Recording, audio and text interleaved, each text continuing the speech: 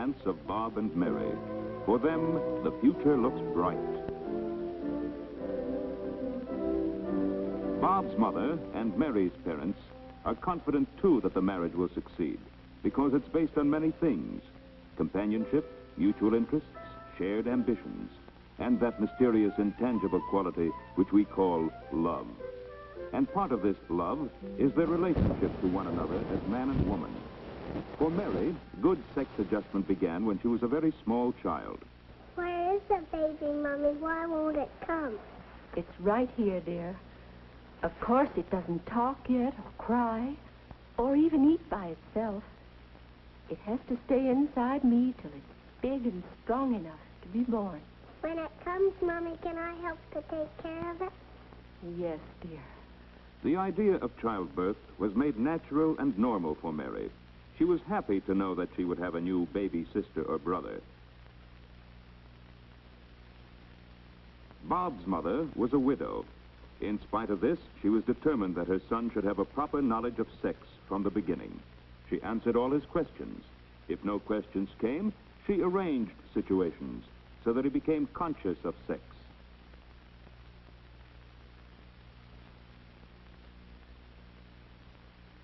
When he was little, Bob and his mother were always together, and they had a wonderful time.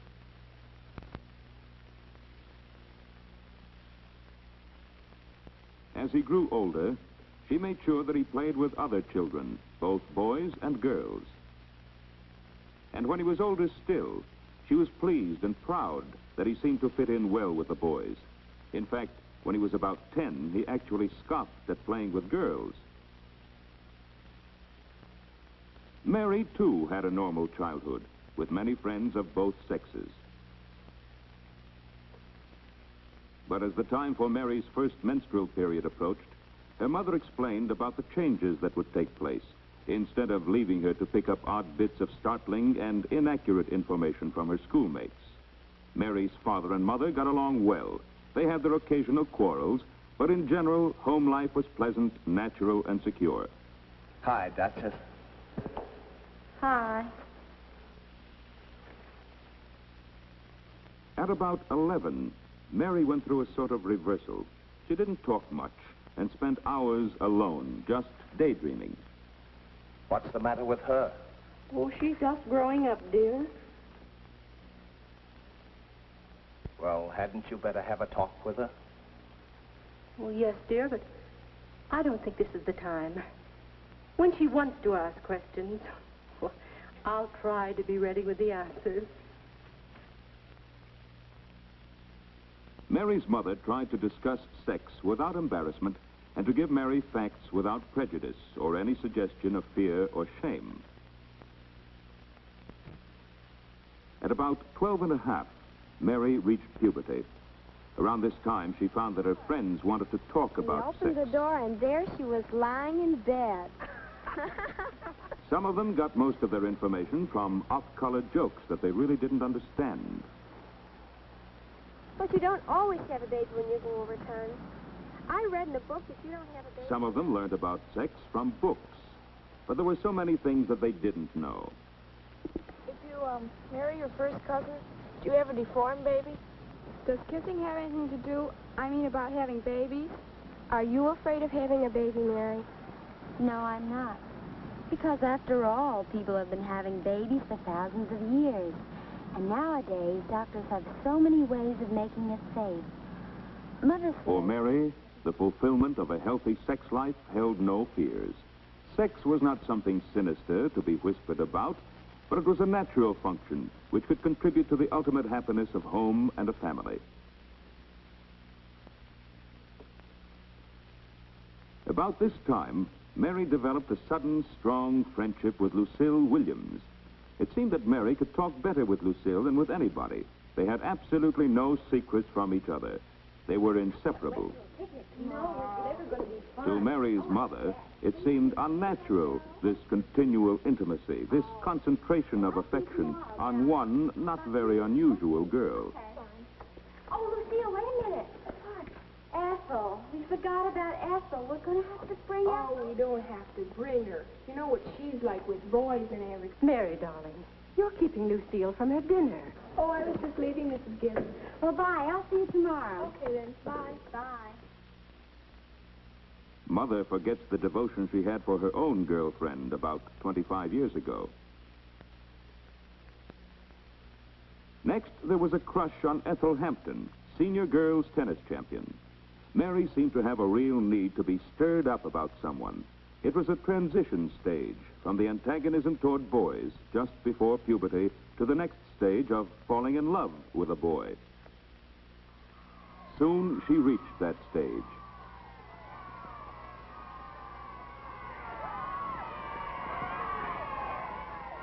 Her next crush was on the captain of the school football team.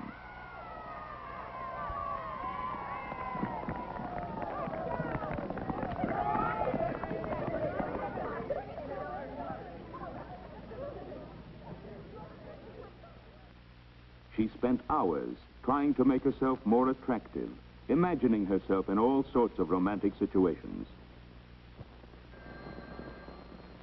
It might be a boy. Hello? Oh, hello, Lucille.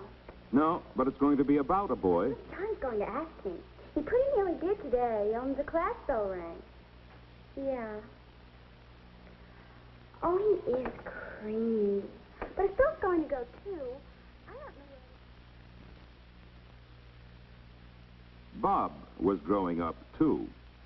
He knew about the reproductive organs and nocturnal emissions. He also knew about masturbation, but he'd read that the problem was more mental than physical.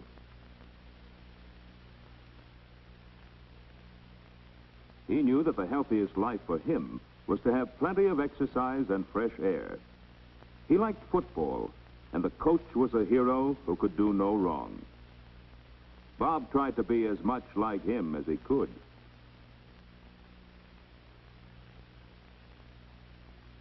His interests were mainly masculine, and his success at sports made him sure of himself. He could take girls in his stride, just as he did games. Until one day, when Bob was 16, it became apparent that his interest in girls was getting to be more than casual.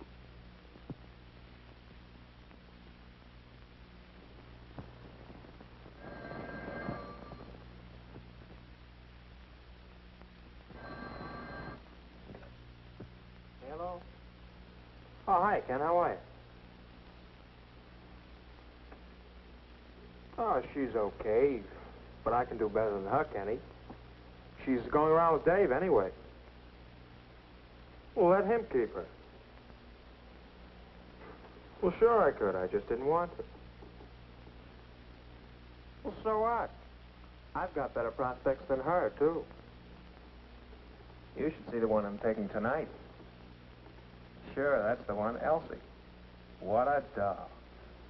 Her old man's got a car. Lets her use it every Friday. I'm taking her down to Slip's Pond tonight. We might go in for a little swim.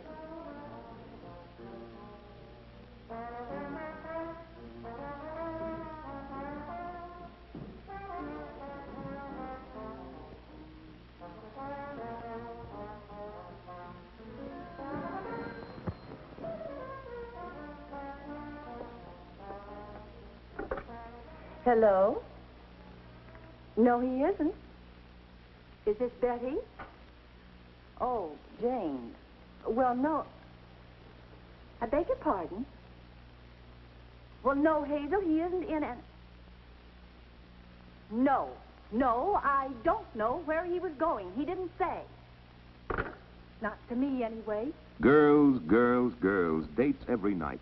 She was worried. Perhaps his behavior was normal, but it was not to her liking. How could you get him more interested in his schoolwork?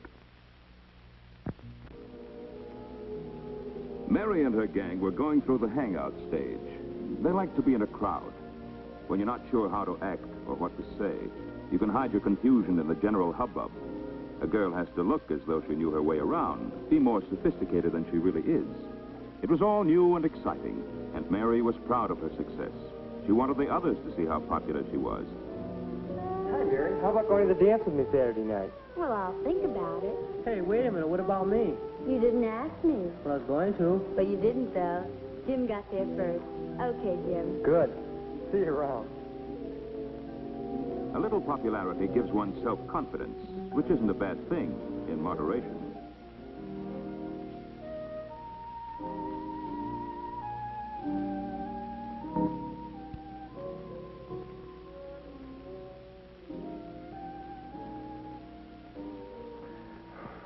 I don't even know that one's name. Alan, I'm worried about her. She's getting so silly over the boys. You should hear her on the phone. I have. But what worries me even more is the way she goes out dancing at these juke joints. She's got nothing in her head but boys, boys, boys. She's only out Friday and Saturday night. But I'm afraid she might make a little fool of herself. And I can't keep saying don't all the time. There's no use saying don't to Mary. It makes her worse. Isn't there any positive approach to this business of sex education? She knows the physical facts, but that alone doesn't give her a healthy attitude to boys. I'll have to talk more to her about how to have fun with them without being silly. Well, I guess she'll just have to learn by experience how to look after herself. And Mary was learning by experience. She acquired a lot of social skills and graces.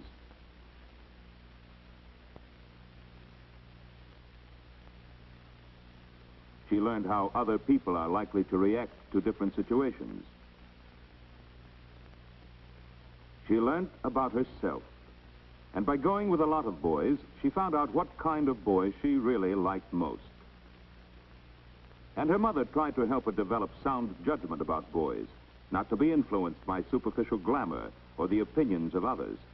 Because her mother never seemed shocked, Mary talked freely with her. By 16 and a half, Mary had settled down to go steady with one boy, George Palmer, who was in her class at school. He wasn't her ideal, but she liked going steady because it meant that she was always sure of having a date, and she never felt left out and unpopular. Her parents thought George was a nice boy, and they were glad to know who Mary was out with at first. But after several months, her mother began to be afraid that the affair was becoming too serious.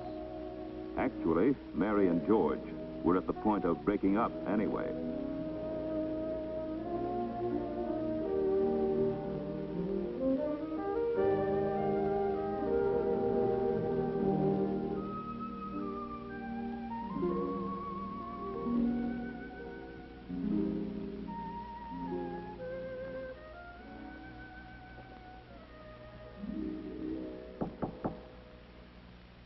Mary.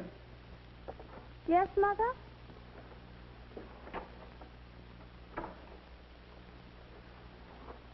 George again? Yes. You've seen so much of him, Mary. But I've told you, he's just a date. Can I have dates if boys want to take me out? Boys, yes. But is it always going to be George? It could get to be that way, you know. And I just don't think George is the one for you. Okay, Mother, if that's the way you feel about it, I won't see him anymore. Now, will you please leave me alone?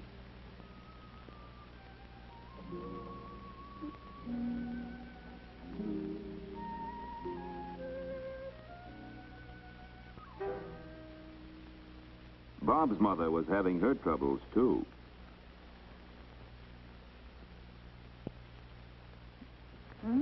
Pretty snazzy. Just getting fixed up a little. Who's the lucky girl tonight? Do I have to turn in a written report? Bob, I don't mean to be nosy, but if it's Marion again, she just isn't the kind of girl I like to have you going out with. Look, Mom, it's me that's going out with her, isn't it? And I think she's okay. Just because your bridge club and some of those other old dames run her down doesn't We're mean that... not old dames. I don't mean you. You know better than that. And we don't run her down. Okay, so you don't. But I pick the girls I take out, don't I? Yes. I guess you do. Good night, Mom.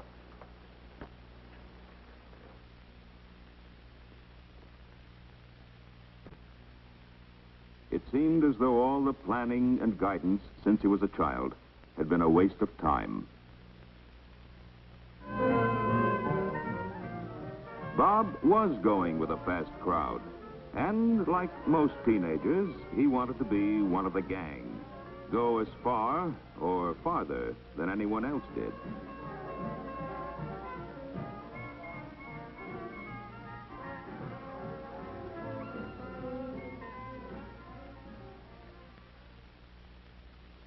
His mother didn't know what to do.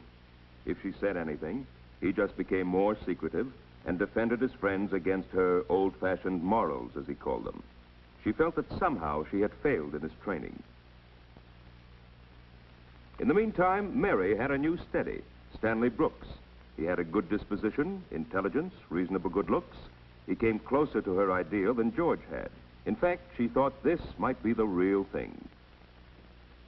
Mary senses that her mother approves of Stan, and this encourages her to talk to her about him.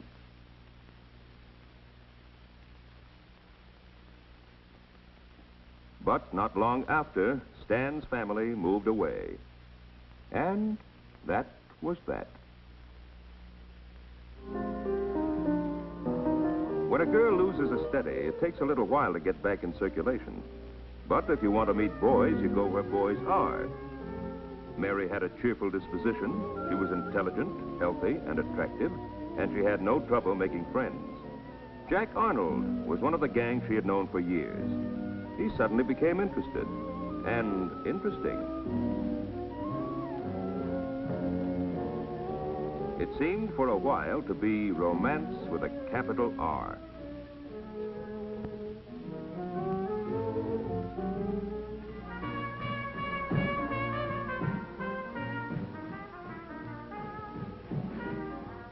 Jack, please don't do that. Don't act like an iceberg all your life. Look, we love each other, don't we? Yes, but after all... After all what? Take me home. Now Mary began to realize what her mother had meant all these years. Through her own experience, Mary was developing a sound ideal of what love should mean in her life. It was not what Jack offered.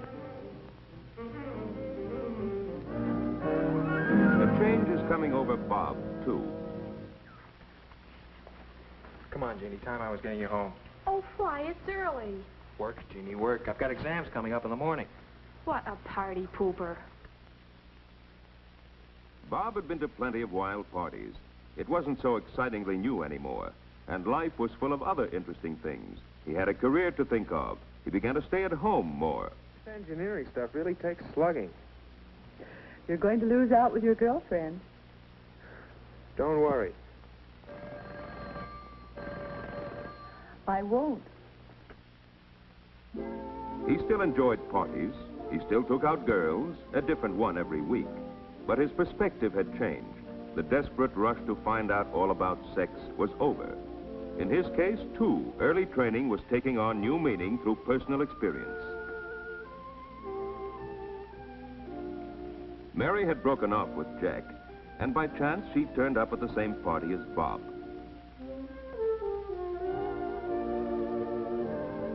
When they met that first night, both had a pretty good idea of the kind of people they really liked.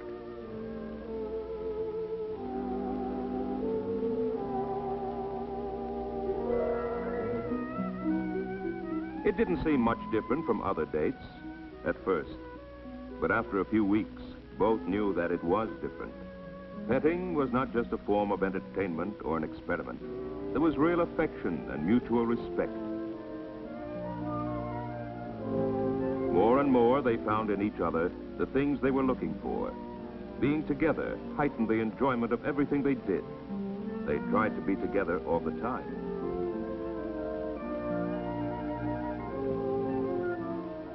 They had their quarrels, mostly over jealousy.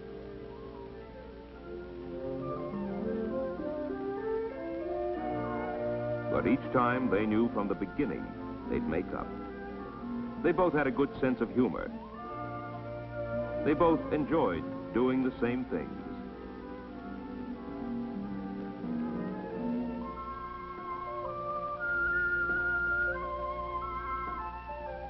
Because of similar family and educational background, they had much the same way of looking at things. They began to know that this time it was for keeps. They were so sure that their love was deep and spiritual that at times a marriage ceremony seemed to be just a formality. Love seemed to be all that really mattered. But each of them knew deep down that they wanted their marriage vows to have real meaning.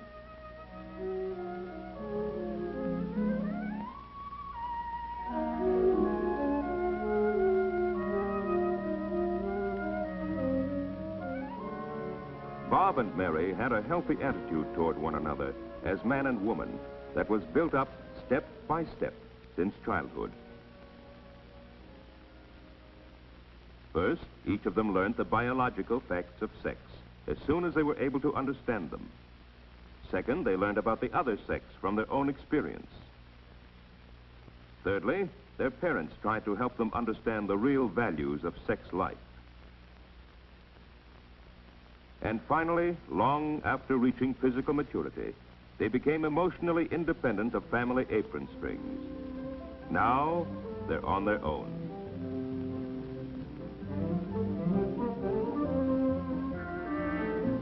Do you believe their parents have done the best they could to help Mary and Bob make all these adjustments?